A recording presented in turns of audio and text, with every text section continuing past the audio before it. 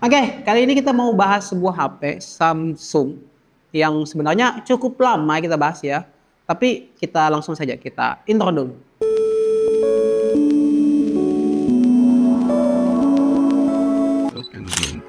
Pertama-tama di sini aku mau bahas dulu ya sebuah HP apa yang kita bahas itu Samsung A55. Sebelumnya aku nggak ada sampelnya ya, karena HP pinjaman. Jadi sini aku pegang sampel HP Samsung juga sih. Nanti kita bahas setelah video ini tayang ya. Eh, Samsung A55 yang menurutku kalian memang kepengen dan kepincut, tapi kita bahas satu persatu apakah masih layak dan worth it kalau kita beli di tahun ini. Pembahasan kita kali ini yang menurutku aku tekankan disclaimer sekali lagi, pembahasannya tidak sangat mendetail. Jadi poin pertama kita bahas desainnya, performanya secukupnya aja, kualitas kameranya itu aja. Kenapa alasan kalian beli Samsung A55 di tahun 2026? Pertama-tama kita bahas desainnya. Untuk masalah desain, yang aku acungin jempol dari keluaran Samsung A55 ke atas itu adalah smartphone dengan desain sangat premium seri flagshipnya, ya bisa dikatakan flagship ya, untuk seri A. Yang dulunya kalau seri A itu yang flagship itu seri 7 karena udah disuntik mati. Jadi yang paling flagship kalau seri A dari Samsung itu ya seri 5.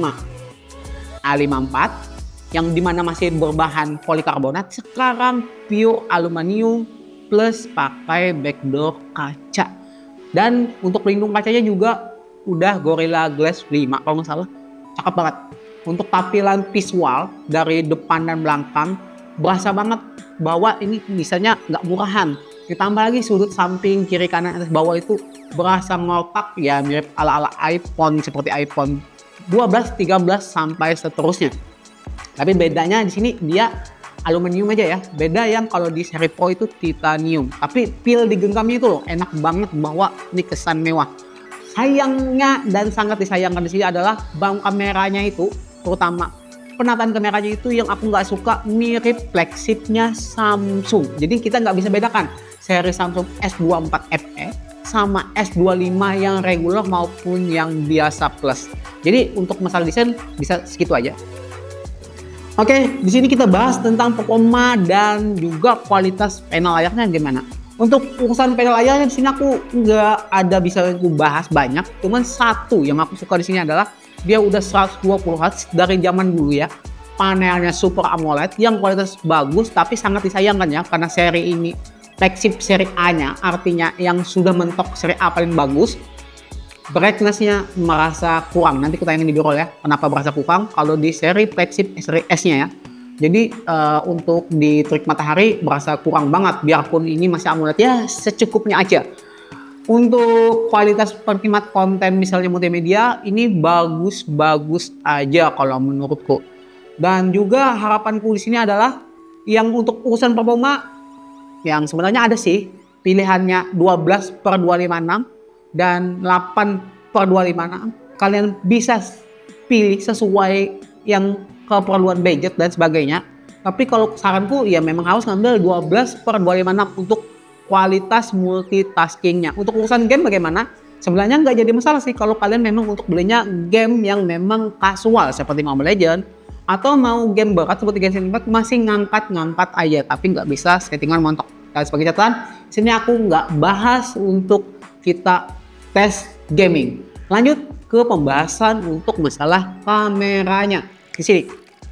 Inilah pembahasan yang utama yang paling mungkin ku bahas agak mendetail sedikit.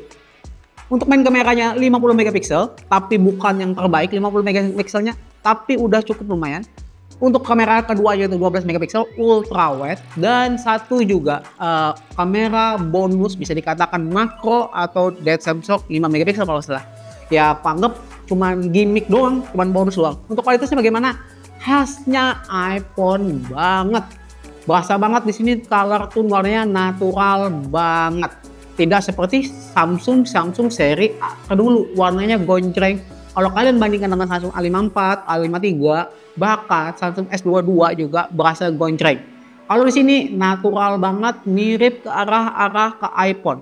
Jelek atau bagus, kalian nilai sendiri untuk nanti hasil kualitasnya. Untuk videonya bagaimana? 4K cuman mentok di 30p. Untuk Full HD-nya 60p, XD-nya kalau nggak salah 60p juga.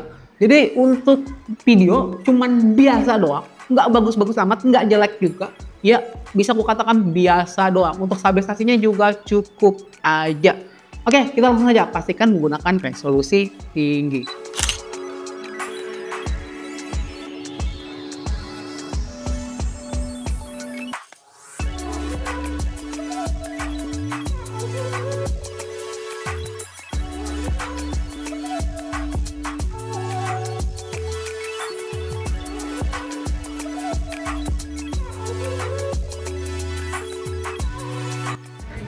Oke, ini sedangkan ini sampel kamera belakang dengan settingan 4K 30p.